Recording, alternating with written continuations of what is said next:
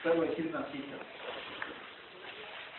Baada ya Yehova kufanya uumbaji wa pekee kutana vitu mbalimbali, alisema hivi: Mungu akaendelea kusema, na tufanye mtu kwa mfano wetu, kwa sura yetu, nao watawale samaki wa baharini na viumbe vinavyoruka vya mbinguni na wanyama wa kufugwa na dunia yote na kila mnyama anayetembea juu ya dunia.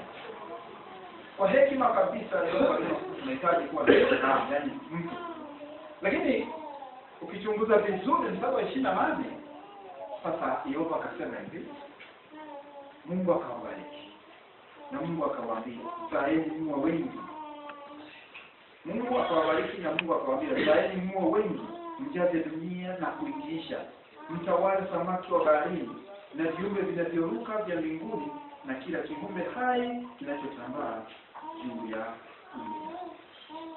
Kwa hiyo kwa mara ya kwanza Yehova alianzisha ndoa, au aliungamanisha watu, au aliwaumba wanadamu, Adam na Eva, katika kufanya hili ili waishi pamoja. Bila kuchelewa Yehova aliwaunganisha.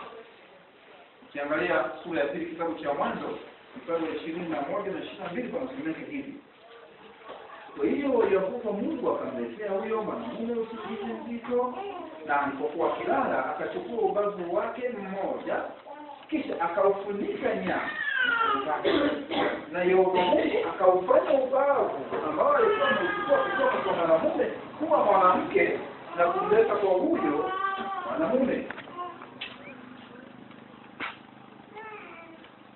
Mwanamke alitoka wapi?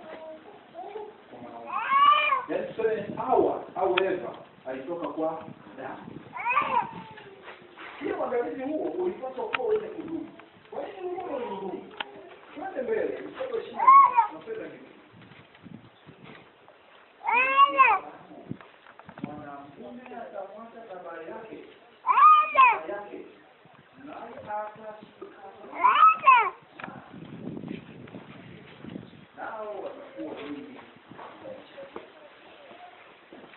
Yehova aliwafungisha ndoa Adam na Hawa. Tangu vizazi na vizazi na kuendelea, utaratibu umekuwa ukifanyika siku zote.